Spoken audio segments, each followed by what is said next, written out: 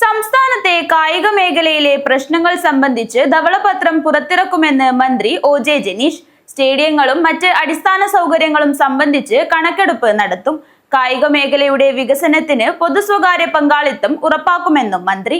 അത്തരം കാര്യങ്ങളിലൊക്കെ സമഗ്രമായ പരിശോധന നടത്തിക്കൊണ്ടിരിക്കുന്നത്. ഞാൻ നേരത്തെ പറഞ്ഞ ഒരു പേപ്പർ പൂർത്തീകരിക്കുന്നതോടുകൂടി തന്നെ എവിടെയൊക്കെയാണ് കായിക വകുപ്പിന്റെ സ്ഥാപനങ്ങളുള്ളത്, സ്റ്റേഡിയങ്ങളുള്ളത്, നമ്മുടെ പണം ഉപയോഗിച്ച് പണിതിട്ടുള്ള എന്നാൽ മറ്റ് പ്രൊഫസറിൽ നിൽക്കുന്ന സ്ഥാപനങ്ങൾക്ക് എല്ലാം വേണ്ടി രേഖിക്കേണ്ടത് കുറെ അധികമായി ഇൻവെസ്റ്റ്മെന്റ് കൊണ്ടുവരേണ്ട ഒരു സാഹചര്യം. സർക്കാരിനെ കൊണ്ട് മാത്രം ഈ മേഖലയിലെ മുഴുവൻ ഇൻവെസ്റ്റ്മെന്റ് പൂർത്തീകരിക്കാൻ കഴിയും.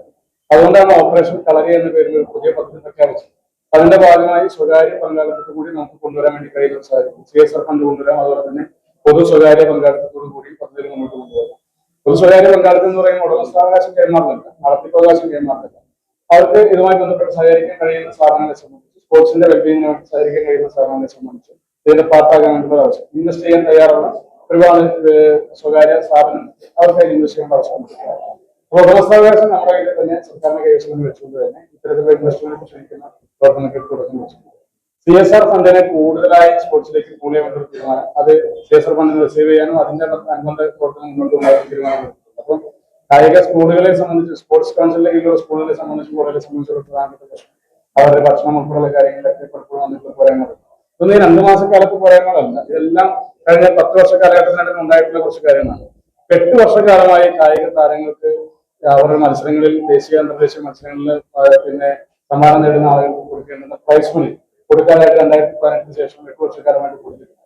അത് ആദ്യ ഗഡു 1.5 കോടി കൊടുക്കാൻ വേണ്ടി തീരുമാനിച്ചു. മൊത്തം 11.5 കോടിയാണ് അതിന് വേണ്ടി മാറ്റി വെക്കേണ്ടത്. അതുകൂടി വളരെ എളുപ്പത്തിൽ തന്നെ കൊടുക്കാൻ വേണ്ടി തീരുമാനിച്ചു.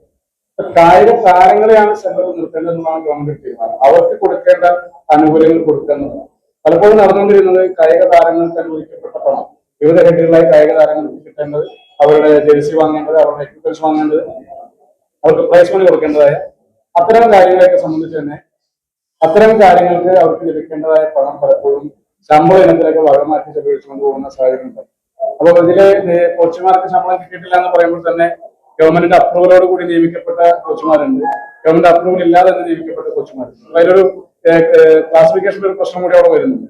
പ്ലാൻ ഫണ്ടിൽ നിന്ന്, നോൺ പ്ലാൻ ഫണ്ടിൽ നിന്ന് നമുക്ക് ശമ്പളം കൊടുക്കാൻ കഴിയാതെ പോകുന്നതിന്റെ കാരണം അപ്രൂവൽ ഇല്ലാതെ നിയമിക്കപ്പെട്ടത് കൊണ്ടാണ്.